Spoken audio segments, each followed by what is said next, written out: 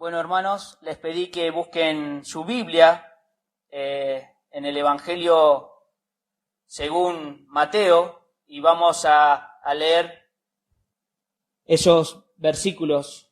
Capítulo 5, versículo 1 del Evangelio de Mateo, dice la palabra del Señor: viendo la multitud, subió al monte y sentándose vinieron a él sus discípulos. Y abriendo su boca enseñaba diciendo: bienaventurados los pobres en espíritu, porque de ellos es el reino de los cielos. Hasta ahí, hermanos. Vamos de manera introductoria, vamos a ver de qué trata este evangelio. Me gustaría poder aprender en esta mañana acerca de este evangelio, de su autor, quién era el autor, qué es lo que cuál era la función de este autor antes de ser convertido al Señor, la cual tiene relación con esta bienaventuranza. Vamos a leer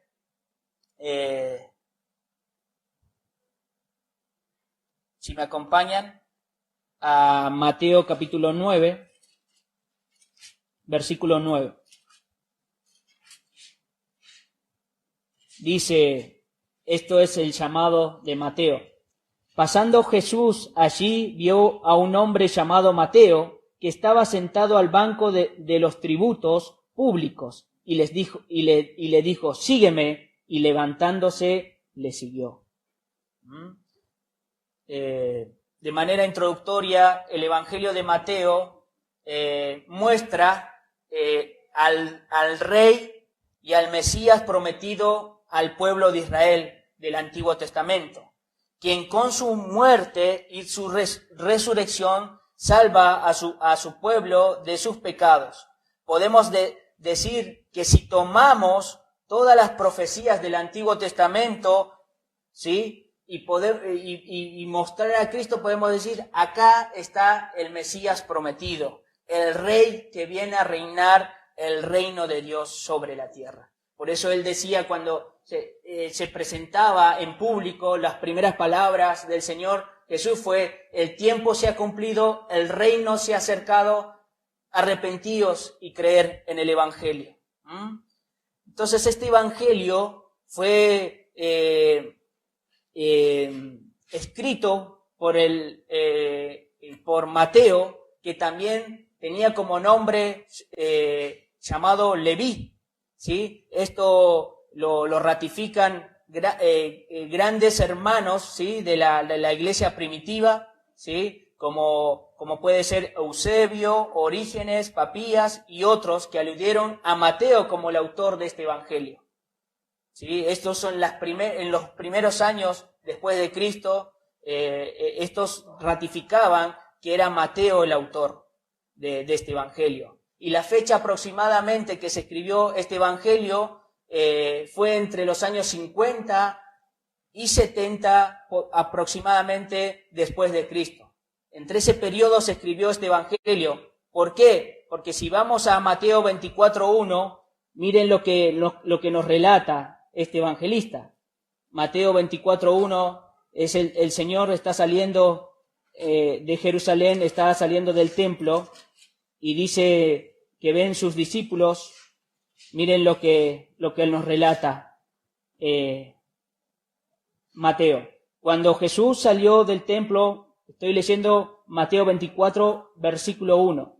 Cuando Jesús salió del templo y se iba, se acercaron sus discípulos para mostrarle los edificios del templo. Respondiendo él les dijo, ¿veis todo esto? Les hizo esa pregunta.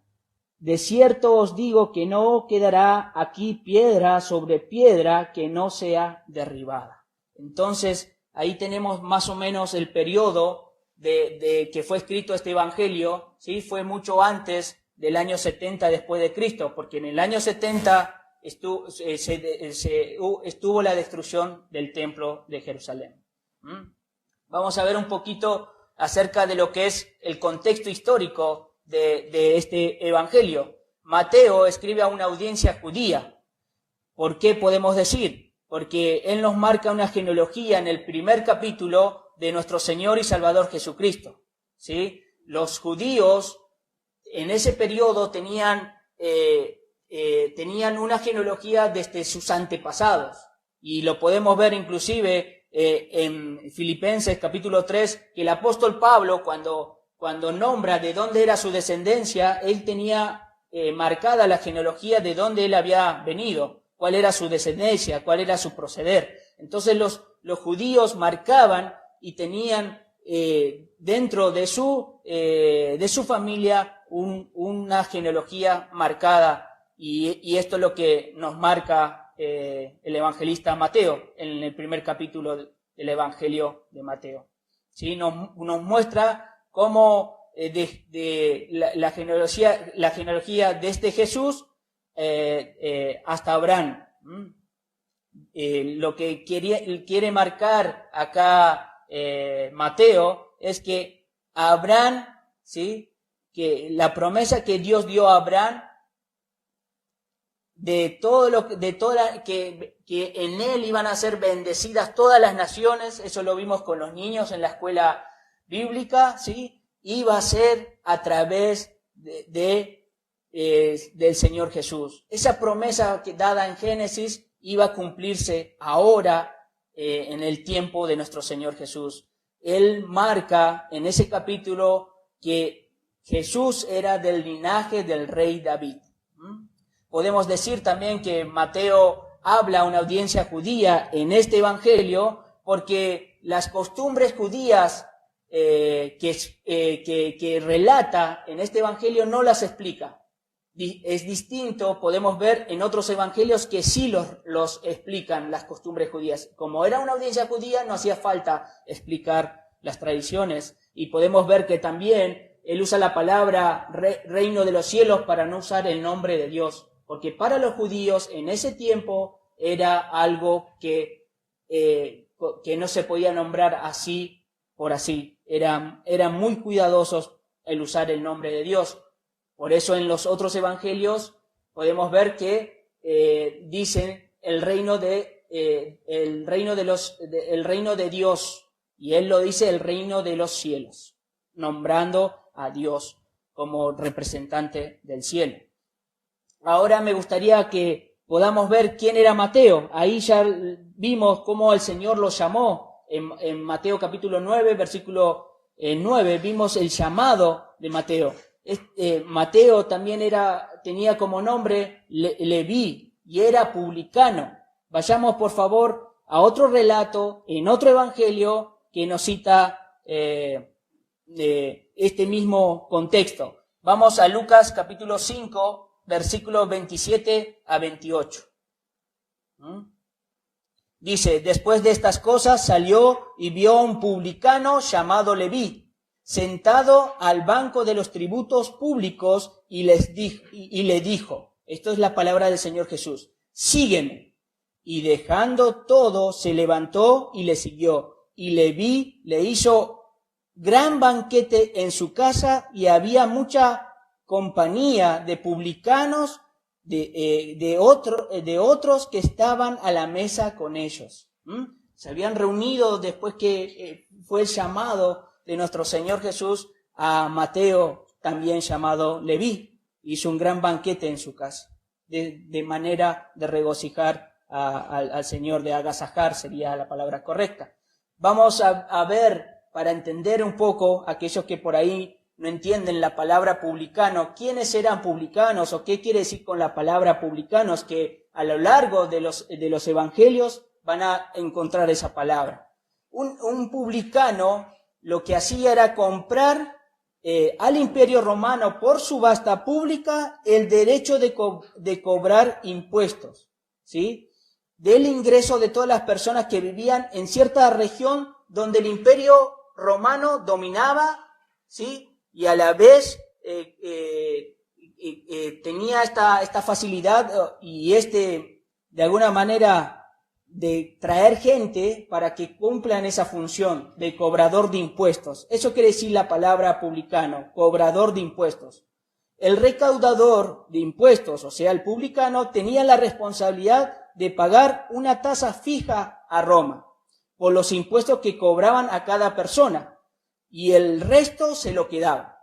Por ejemplo, si el Imperio Romano le decía a un publicano, vos tenés que cobrar el 10% de la tierra donde trabaja un ciudadano de Israel, él cobraba ese 10%, pero a la vez él podía ganar a través de esa cobra que él hacía, que cobraba un 30 o un 40%. En sí, lo que quería Roma era recaudar impuestos, y usaban estas personas, tanto romanos también como judíos. Ellos cobraban, si querían, el 30 o el 40 o el 50% de impuestos, y el 10% se lo daba a la Iglesia de Roma. Por eso eran odiados, ¿sí? El recaudador de impuestos, por ejemplo, a Roma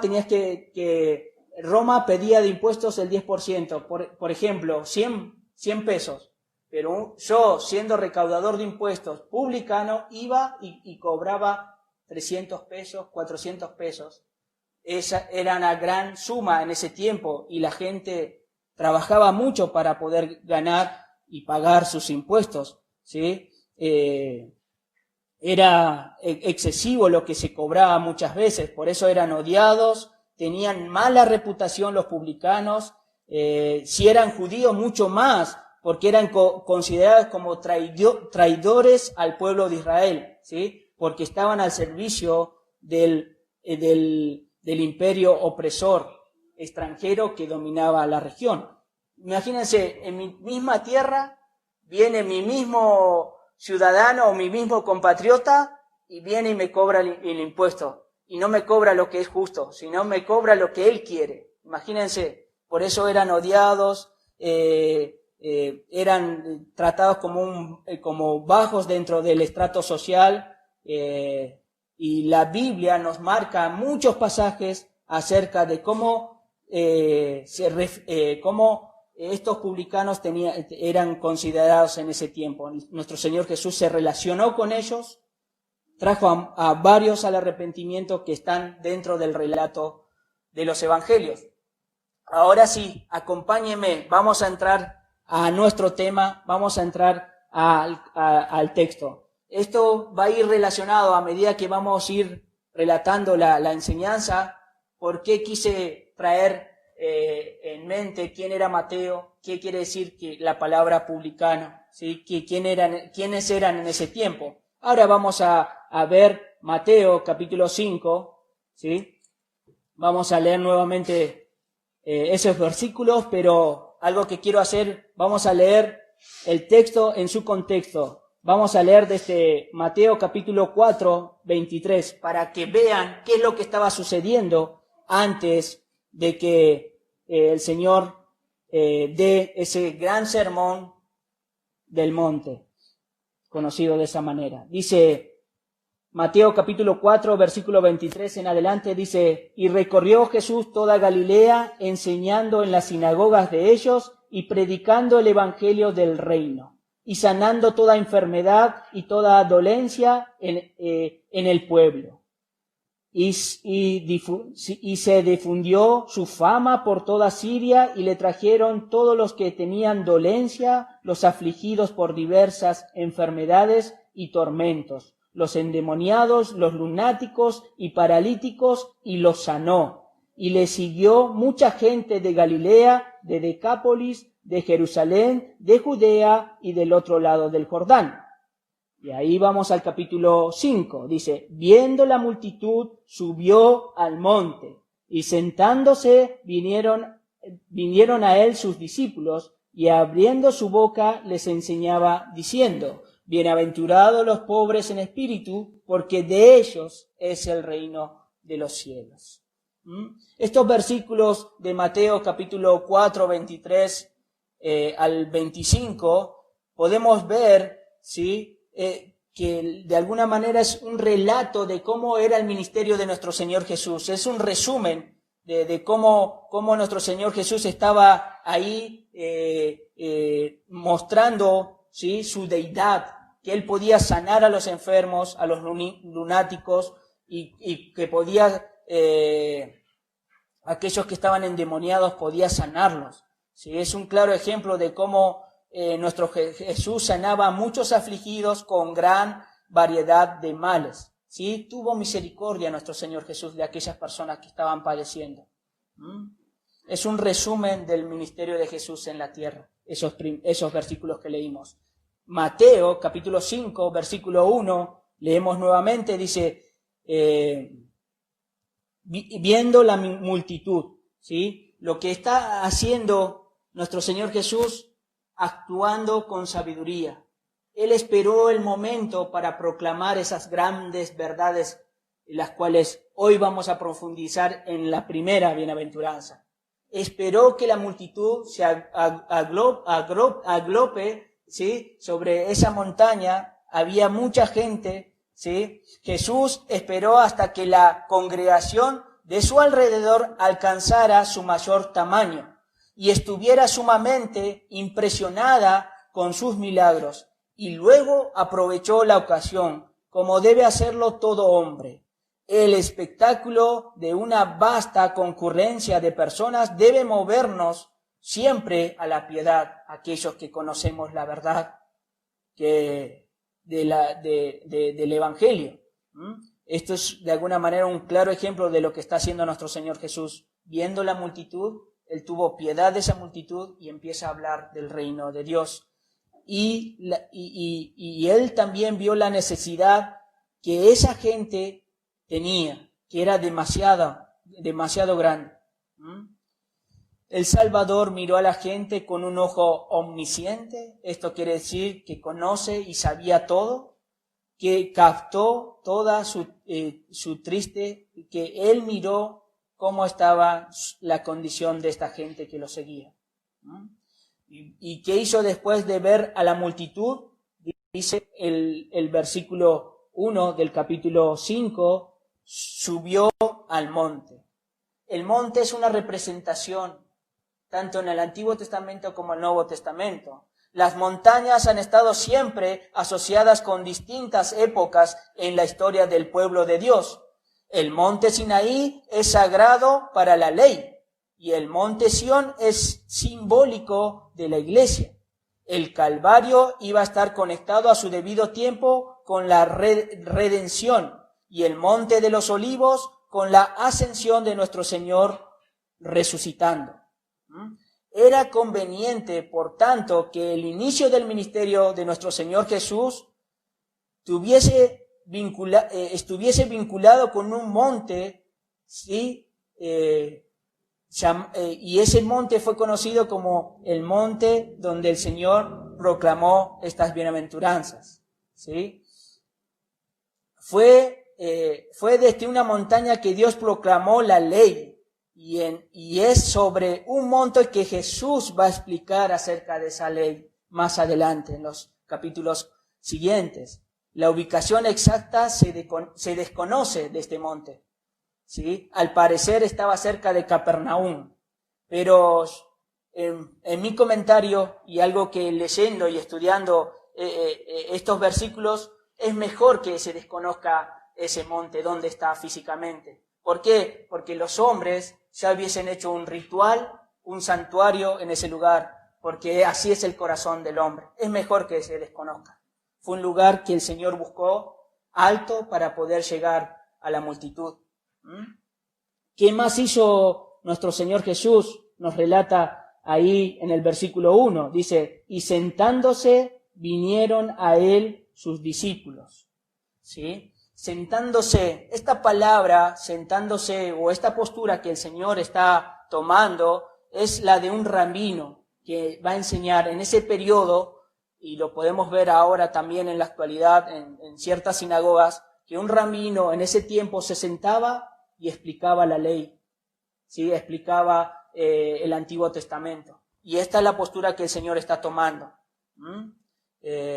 Como maestro, con toda la autoridad, la postura de nuestro Señor Jesús es la de un rabino.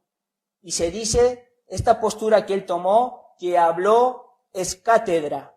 Esto quiere decir, es una expresión latina, ¿sí? La palabra es cátedra, es una expresión latina que se une para referenciarse a un acto de expresar algo con autoridad que corresponde a un juez, a un maestro, ¿sí? O a un sacerdote. Un ejemplo que les doy, el Papa actualmente en la Iglesia Católica Romana se sienta para hablar a la audiencia. Ese banco donde él se sienta se llama cátedra. Ese es el sillón donde se sienta el obispo. Por eso él habló en esta postura es cátedra, ¿sí? Nuestro Señor, con su postura de sentarse en un monte, tomó el lugar de un rabino. ¿Para qué? Para explicar a su audiencia y a la iglesia lo que consiste la vida cristiana. Estos pasajes del Sermón del Monte es lo que consiste, lo que debe anhelar todo cristiano y cristiana en esta tierra. Por eso es muy importante estudiarlo, es muy importante profundizar cada versículo que nos relata nuestro Señor Jesús. El príncipe de los predicadores estaba hablando al pueblo. Ya viniendo, vamos a leer que ya hemos visto, ¿sí? Que no solo la palabra ahí discípulos, y viendo sus discípulos, dice ahí, y vinieron a él sus discípulos, esa palabra discípulos en el Evangelio de Mateo no quiere decir en sí los 12 discípulos. Entendemos que había mucha gente y había multitud que los seguía. Esa palabra discípulos, el autor lo que quiere hacer referencia es que de personas, ¿sí? Que le seguían en ese tiempo, que no tenían de alguna manera lugar físico donde estar y seguían, escuchaban. Imagínense si hoy bueno, en este tiempo, en nuestro contexto, pasa mucho esto, ¿no? La gente sigue a aquellos que hacen milagros, sanan y demás, ¿sí? Pero ¿cuál es el propósito de nuestro Señor Jesús? ¿Sí? El hecho de que nuestro Señor Jesús haya hecho esos milagros fue para demostrar su deidad, para mostrar que aquel que había venido cumplía la función de Mesías, cumplía la función de aquel hijo prometido, ¿sí? Ejemplo les doy, cuando Juan el Bautista le dice a sus discípulos que vayan y busquen a Jesús y díganle si es él el Mesías o ha de venir otro. Y el Señor, ¿qué le contesta? Vayan y digan a Juan que los ciegos ven, los sordos oyen, los lunáticos son sanados. Entonces es un claro ejemplo de una profecía del Antiguo Testamento mostrando a nuestro Señor Jesús que tiene el control de nuestra vida, de nuestra salud y de todo lo que nos pueda acontecer. Entonces esta gente seguía, cada vez que veían a Jesús, le seguían por un periodo de tiempo. Podemos ver en otros relatos que el Señor los exhortó: ustedes no me siguen por querer estar conmigo, ¿sí? Sino ustedes me siguen por los panes y por los peces, ¿sí? El Señor les exhortaba cada tanto a toda esa multitud. Y podemos ver ahora en el versículo 2, dice del Mateo capítulo 5, vamos a leer nuevamente, dice: abriendo su boca les enseñaba diciendo: bienaventurados los pobres en espíritu, porque de ellos es el reino de los cielos. Bienaventurados. Esta palabra en el griego es makarios, que significa dichosos, felices, afortunados.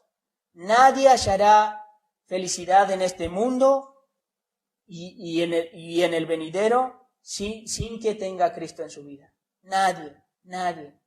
Y Cristo va a gobernar en tu vida a través de su palabra. ¿Dónde puedes conocer más a Cristo? En su palabra. En su palabra. Entonces, nadie va a ser feliz en este mundo ni en el venidero si no tiene a Cristo. Estas bienaventuranzas se refieren de alguna manera práctica lo que lo que les comentaba a un principio, que es el carácter que tiene que buscar todo cristiano. El mundo, ¿sí?, no dice que son bienaventurados los que han alcanzado riquezas, fama, gloria, poder. De acuerdo al pensamiento mundano, son felices los que han disfrutado de las diversiones y de los deleites que está en la tierra, ¿sí? Ellos dicen, lo que queremos hacemos cuando queremos, pero Cristo en este sermón y en estas primeras palabras nos dice que va contra la bienaventuranza que el mundo ofrece. No son felices aquellos que viven y se deleitan en las cosas de este mundo. Muchos piensan también, hermanos, y aquellos que nos están escuchando por primera vez, muchos piensan que pueden seguir a Cristo, ¿sí?, y buscar la felicidad a través de lo que el mundo ofrece. Eso no es bíblico, no es bíblico. Te animo a que puedas leer la primera carta de Juan, que hace una comparación de aquellos que están en tinieblas y de aquellos que están en la luz, aquellos que aman al mundo y aquellos que aman a nuestro Dios. Entonces, ¿sí?, nos podemos hacer algunas preguntas. Por ejemplo, ¿cuánto de dinero necesitas para ser feliz? ¿Cuánto de dinero necesitas para ser feliz? ¿Sí? ¿Cuánto poder necesitas para tener tu autoestima alto? ¿Cuánto poder necesitas? No te vas a saciar. ¿Cuánto reconocimiento deseas para ser feliz? ¿Cuánta belleza, mujeres, y quizás algunos varones, deseas para ser feliz? Nunca va a ser lo suficiente. Todo lo que busques de este mundo no te va a satisfacer. El dinero, el poder, el reconocimiento, tu belleza no va a satisfacer porque estás mirando con ojos que el mundo ve. Ahora, para entrar al versículo siguiente, que dice el versículo, vamos a seguir en el versículo 3, dice: bienaventurados los pobres en espíritu. Ya hemos entendido que es bienaventurados, dichosos, felices, pero felices con lo que Cristo dice, no con lo que el mundo dice. Los pobres en espíritu. Para entender esta pobreza de espíritu, vamos a aclarar, ¿sí?, lo que no es una pobreza de espíritu. ¿Sí? Cristo no está hablando de una carencia material al decir una pobreza, bienaventurados los pobres en espíritu. No está diciendo que aquellos que carecen de material o que su economía es baja, que no tienen mucho dinero. No está queriendo decir eso. La pobreza no es una marca de que seas salvo. No es una marca. ¿Sí? Hay pobres y ricos que se han arrepentido, tanto en las primeras iglesias, en el periodo de los apóstoles y en nuestra actualidad, y lo habrá en un futuro. Tanto ricos como pobres se van a arrepentir, pero cuando vean su pobreza espiritual.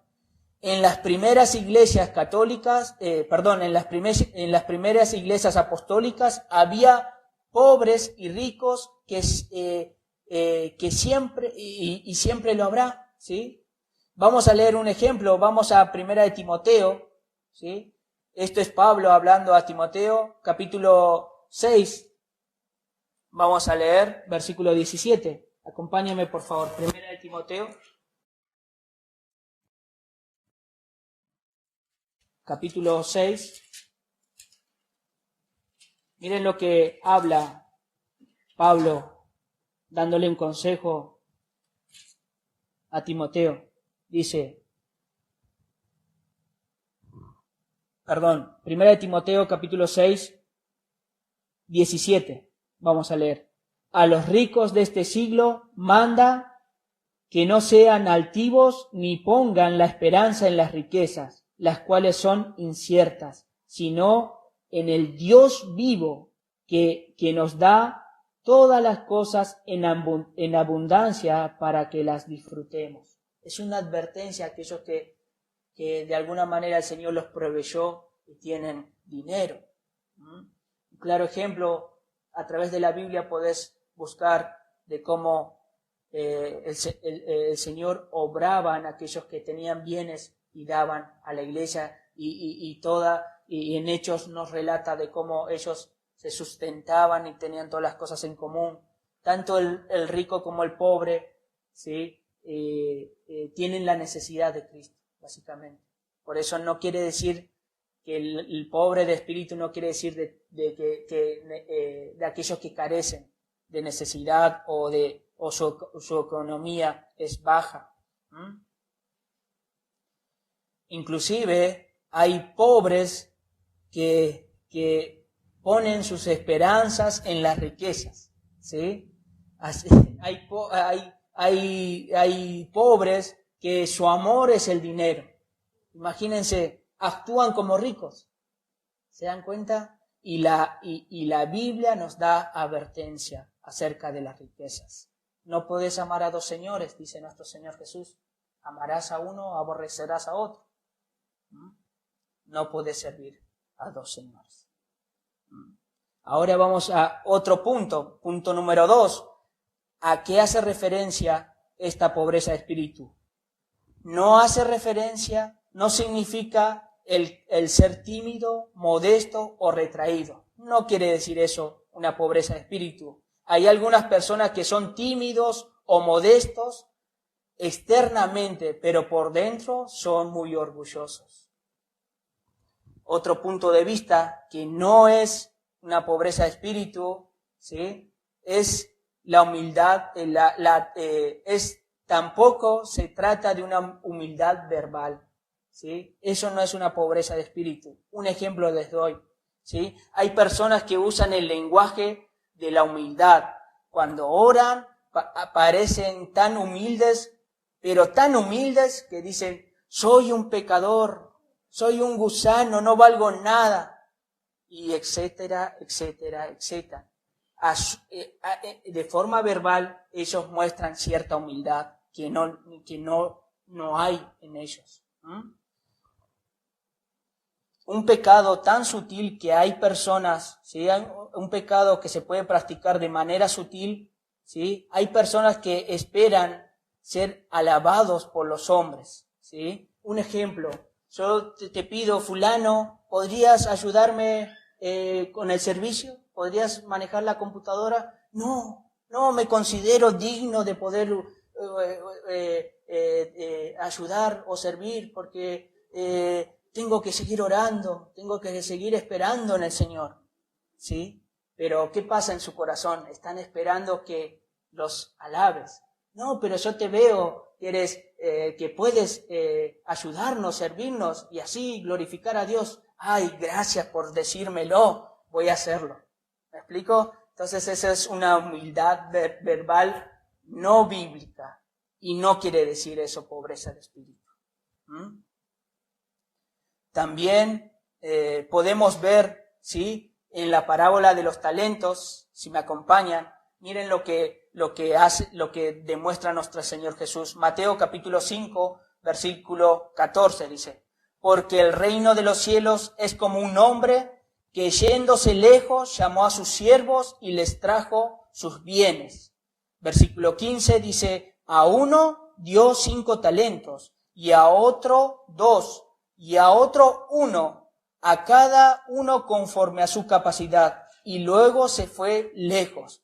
Y el que había recibido 5 talentos fue y negoció con ellos, y ganó otros 5 talentos. Asimismo, el que había recibido 2, ganó también otros 2, pero el que había recibido 1, fue y cavó en la tierra y escondió el dinero de su señor. Y el que había recibido, esto es un comentario hasta ahí, un paréntesis, hermanos, el que había recibido 5 y el que había recibido 2 talentos, habían trabajado y habían recibido el doble de del talento que el Señor, acá está hablando en forma figurativa de nuestro Dios, le había dado, ¿sí? Es un regalo que les dio y estos debían trabajar, debían cumplir con sus responsabilidades, ¿sí? Los felicitó, dice, cuando vino el Señor a buscar lo que les había dado. Fíjense lo que dice el versículo 23 de ese mismo capítulo. Mateo capítulo 25, versículo 3, vamos a leer.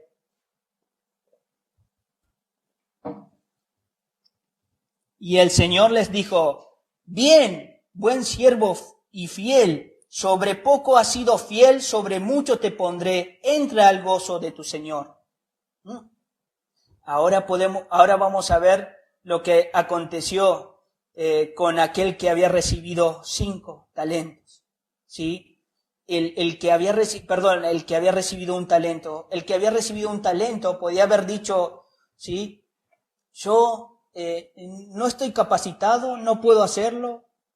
Aquellos que recibieron 5, aquel que recibió 2 puede hacerlo mejor que yo, está más preparado. Yo me quedo tranquilo, reconozco mis limitaciones, ¿sí? Pero miren lo que el Señor le habló. ¿Acaso el Señor alabó su humildad? Miren lo que dice el versículo 24. Dice: pero llegando también el que había recibido un talento, dijo: Señor, te conocía que eres hombre duro, que ciegas donde sembraste y recoges donde no esparciste, por lo cual tuve miedo y fui y escondí tu talento en la tierra. Aquí tienes lo que es tuyo. Respondiendo su Señor, o sea, esto es lo que nos va a responder nuestro Dios, aquellos que no están cumpliendo con su responsabilidad, lo que el Señor les está dando y capacitando y esos dones que el Señor te ha dado y no lo estás ejerciendo dentro de la iglesia. Siervo malo y negligente, sabías que ciego donde no sembré y recojo donde no esparcí. Hay hermanos que cubren su pereza. No puedo, no quiero, no me siento digno. Eso no es una pobreza de espíritu. Lo que quieres hacer es cubrir tu pereza y no asumir ciertas responsabilidades que el Señor te demanda. Otro punto número 4, ¿sí? ¿Qué es lo que no quiere decir? El pobre de espíritu no significa tener un espíritu pobre. Y ahora esta pregunta, este punto, no es lo mismo ser pobre de espíritu que tener un espíritu pobre. Ahora lo voy a explicar.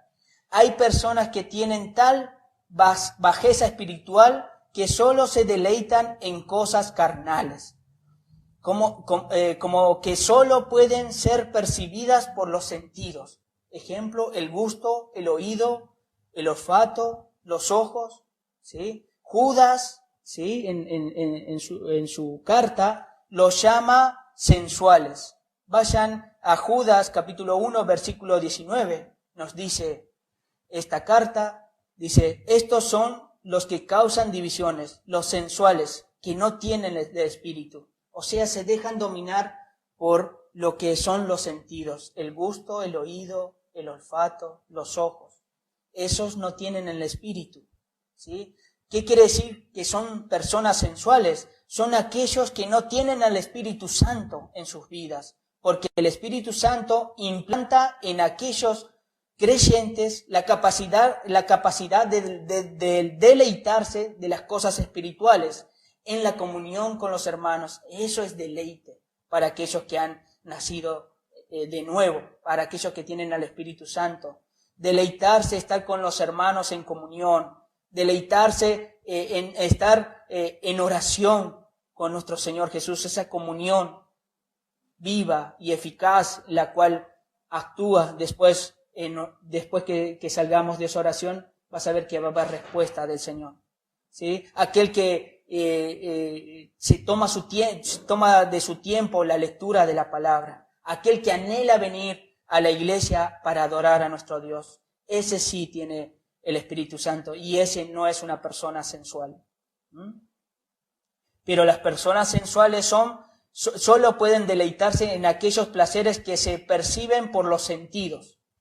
Pedro, ¿sí? El apóstol Pedro los llama como animales irracionales. En 2 de Pedro, capítulo 2, versículo 12, dice, 2 de Pedro,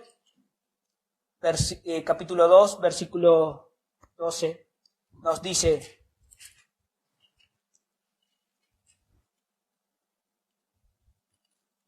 ¿sí? Esperando y apresurándoos para la venida del día de Dios,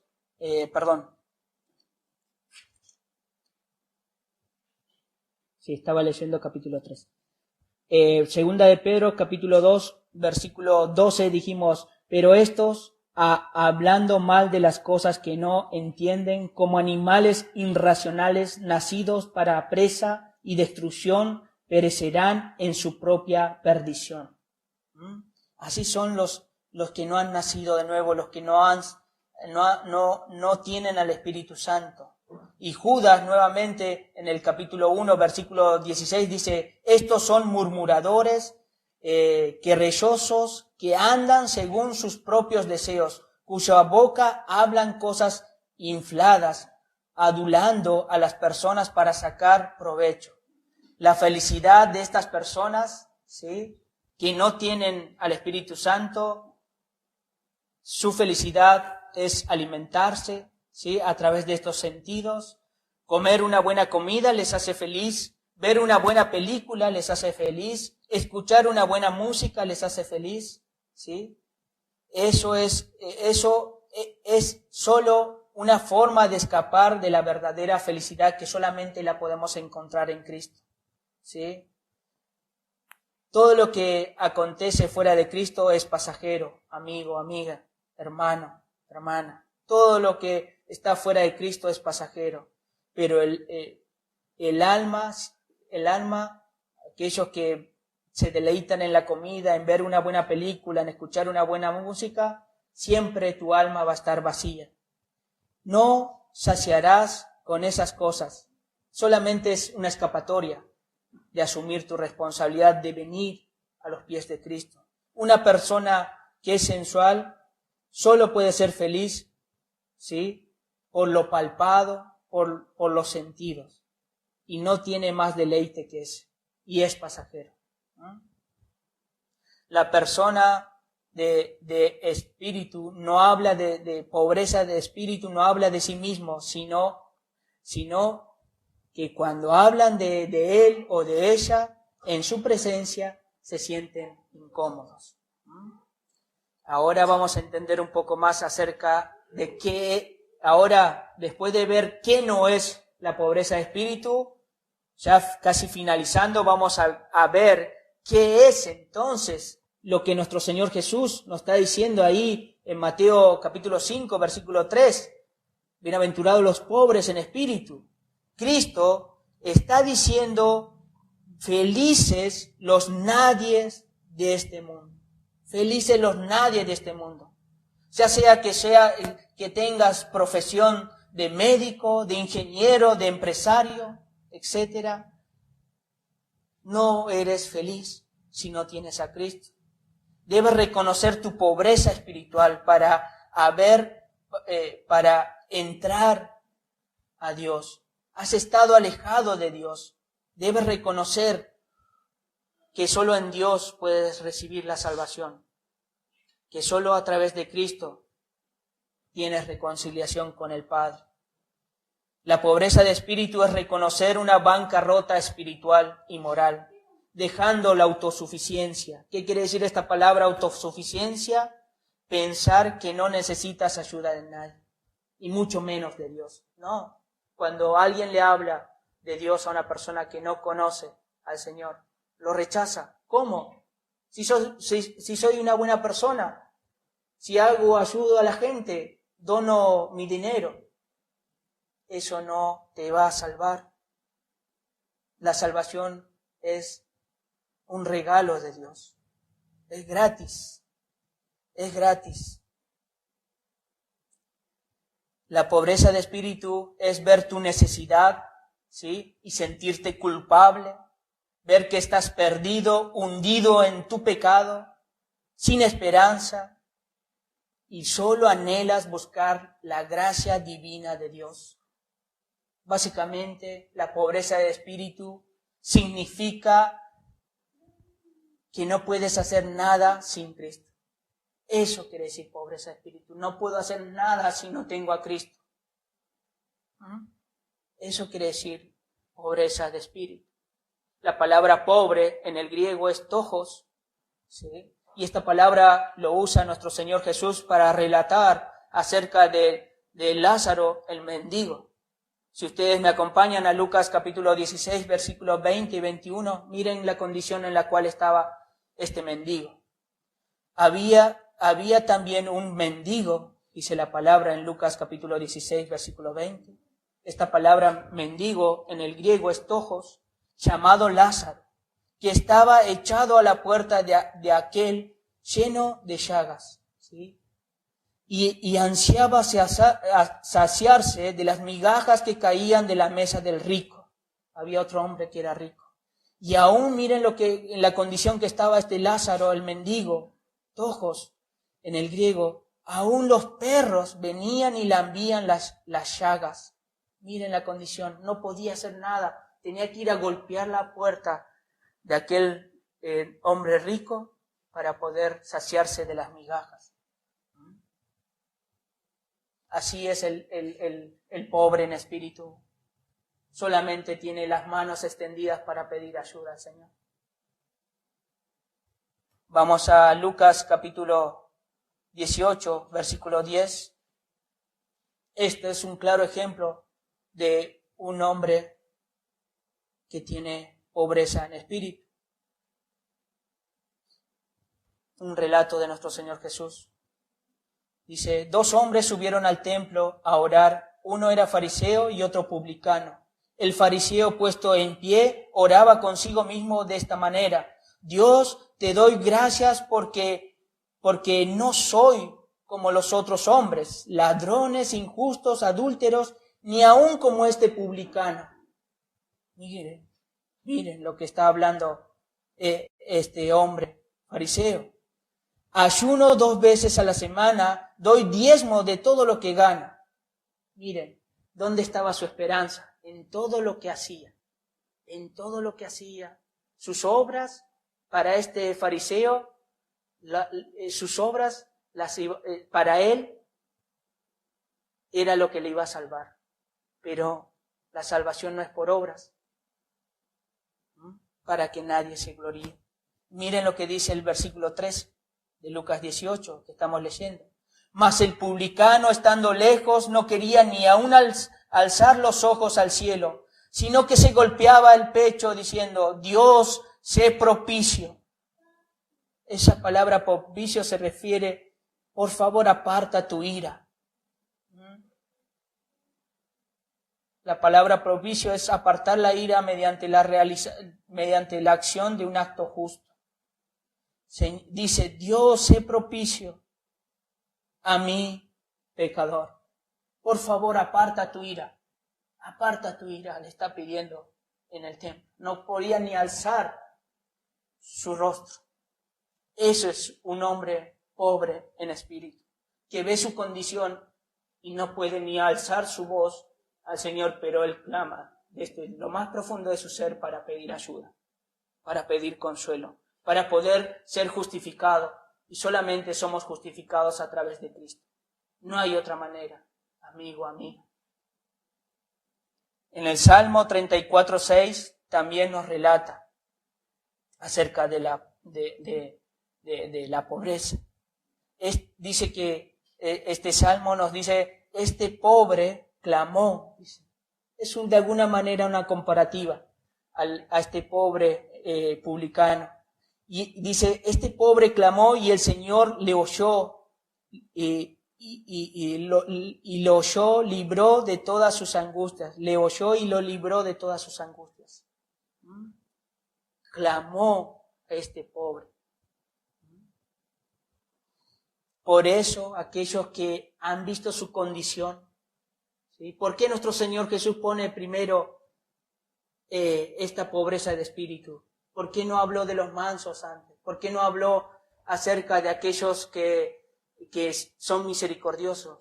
Porque si no entras por la primera puerta, que es la pobreza de espíritu, no vas a poder ser manso, no vas a poder ser misericordioso. Spurgeon dice que cada bienaventuranza es como una piedra, ¿sí?, que va una arriba de otra. Necesitas esa pobreza de espíritu para poder llegar a ser manso y humilde. Necesitas esa pobreza de espíritu para entrar en el reino de Dios. Por eso nuestro Señor Jesús está haciendo hincapié en lo primero. También Él dice que es como un escalón, que para poder llegar a ser perseguido por amor al Señor, tienes que haber nacido de nuevo. Tienes que haber pasado por esa pobreza de espíritu. Entonces, ¿cuál es el resultado de aquellos pobres en espíritu? ¿Cuál es la bendición que reciben estos pobres de espíritu? Y ahí nos dice, en Mateo capítulo 5, versículo 3, dice: bienaventurados los pobres en espíritu, porque de ellos es el reino de los cielos. Esta promesa la está diciendo nuestro Señor Jesús, el cual fue fiel y el cual es fiel. Y esta promesa lo está dando en un tiempo presente, en un tiempo verbal presente, y aplica a toda la gente pobre en espíritu. Ya sea que vayas a participar del reino en una vida futura, pero en lo actual ya eres y perteneces al reino de los cielos. Lo está dando en forma presente. Si vos has visto tu condición y corres a los brazos de Cristo pidiéndole: dame de beber, dame de comer, el Señor te va a dar vida y vida nueva.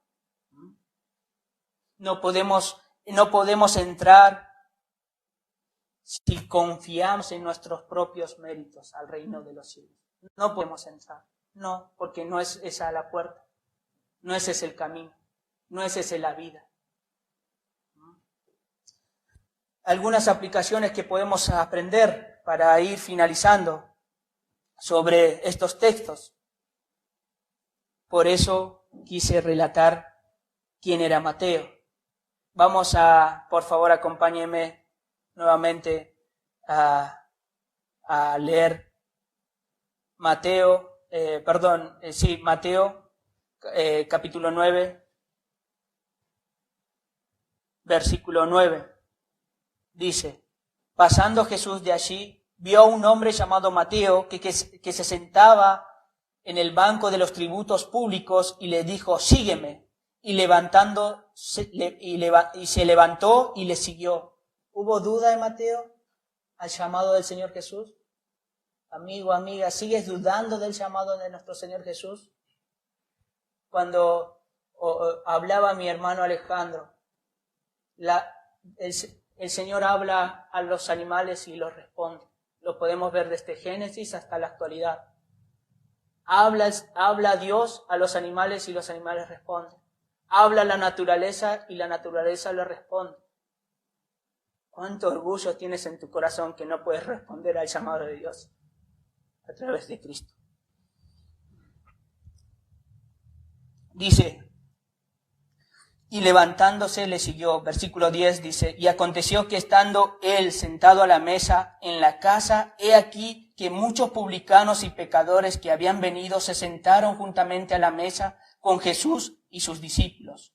Versículo 11 dice: cuando vieron esto, los fariseos dijeron a sus discípulos: ¿por qué come vuestro maestro con los publicanos y pecadores?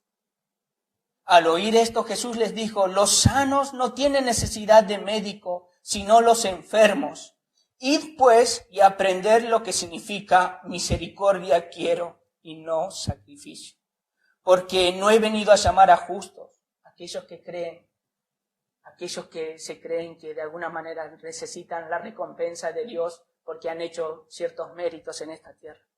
¿Qué va a pasar el día de mañana cuando te presentes delante de Dios? Porque dice que está estipulado que el hombre muera una sola vez y después de la muerte hay un juicio.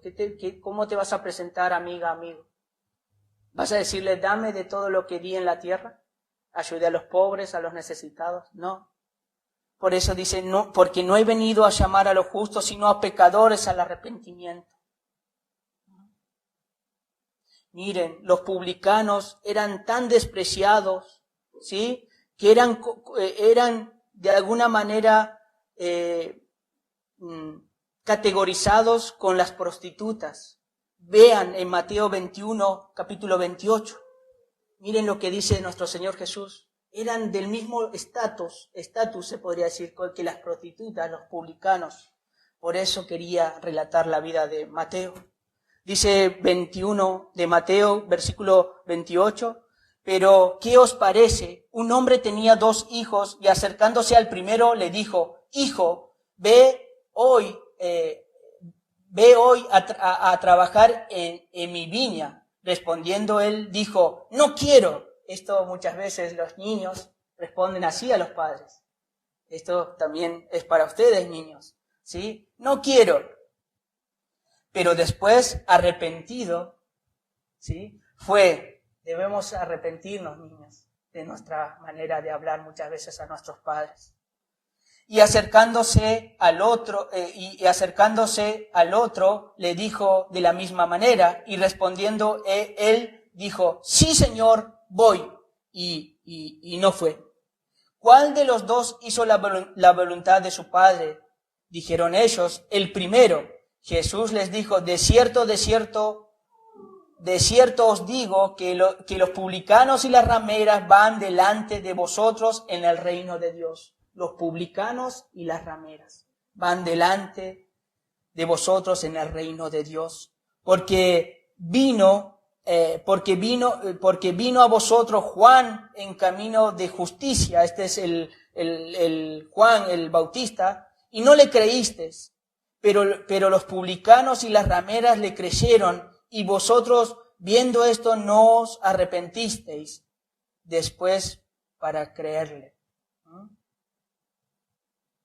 ¿Qué hay en tu mente y en tu corazón que no puedes arrepentirte? Amigo, amiga, estas palabras el Señor las habló en su tiempo y las está hablando en este tiempo. ¿Qué pasa con las vidas de los publicanos en el periodo de nuestro Señor Jesús? Pero el Señor tuvo misericordia de aquellos, porque por más que eran ricos, tenían bienes, posesiones, ¿sí? Los publicanos, acuérdense que cobraban lo que querían de impuestos y una parte daban al Imperio Romano. Eran adinerados, tenían materiales, buenas casas, se podría decir, pero estaban pobres en espíritu. Debían nacer de nuevo. Debían tomar el ejemplo de Zaqueo. Acompáñenme, por favor, a ver el relato de Zaqueo. No tengo la referencia, perdón, hermanos. Lucas, capítulo 16, versículo 19, si no me equivoco. No, ese es...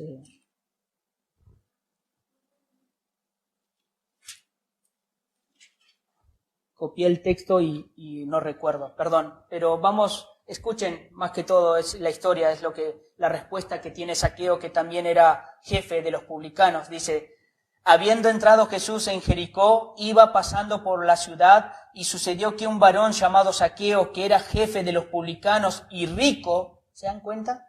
Tenía dinero, procuraba ver quién era Jesús, pero no podía a causa de la multitud, pues era pequeño de estatura. Y corriendo delante subió al árbol sicomoro para verle, porque había de pasar por allí. Cuando Jesús llegó a aquel lugar, mirando hacia arriba, le vio y le dijo, Zaqueo, date prisa, desciende, porque hoy es necesario que pose yo en tu casa. Entonces él descendió a prisa y le recibió gozoso. Miren cómo recibe Zaqueo, un jefe de publicanos. ¿Cómo recibirías vos al Señor? ¿Por qué no lo recibes? Entonces, dice el versículo 7, dice, al ver esto, todos murmuraban diciendo que había entrado a posar con un hombre pecador. Todos nuevamente murmuraban. Así lo mismo que en Mateo. Lucas 19 es el capítulo. Dice, versículo 8 del capítulo de Lucas 19, dice, entonces Zaqueo, puesto en pie, dijo al Señor, he aquí, Señor, la mitad de mis bienes doy a los pobres, y si en algo he defraudado o alguno, se lo devuelvo cuadruplicado. Se arrepintió Zaqueo de su mala vida. Hubo un arrepentimiento. Es un claro ejemplo de esa conversión, de ese corazón en el cual se deleitaba en los placeres, en las riquezas. Ahora está proclamando dar a los pobres, y aquellos que había defraudado los iba a devolver 4 veces más de lo que les había cobrado. Y Jesús, versículo 9 dice, Jesús les dijo, hoy ha venido la salvación a esta casa, por cuanto él también es hijo de Abraham, porque el Hijo del Hombre vino a buscar y a salvar lo que se había perdido. Tu vida, amigo, amiga, está perdida sin el Señor. ¿Qué hay para nosotros, los creyentes? Los cristianos tenemos esa pobreza de espíritu. Ya hemos pasado por la pobreza de espíritu. Pero hay algo que hemos encontrado en esa pobreza de espíritu, estando en esa condición. Hermanos, hemos encontrado a Cristo, la piedra preciosa en esta tierra y en el cielo. No hay nada que te pueda satisfacer más que Cristo. Seguí anhelando parecerte a Cristo, seguí creciendo en Cristo, ama a Cristo. Pedile al Señor que te ayude. En 1 Pedro nos dice, acercándoos a Él, piedras vivas desechadas ciertamente por los hombres, mas para Dios escogida y preciosa.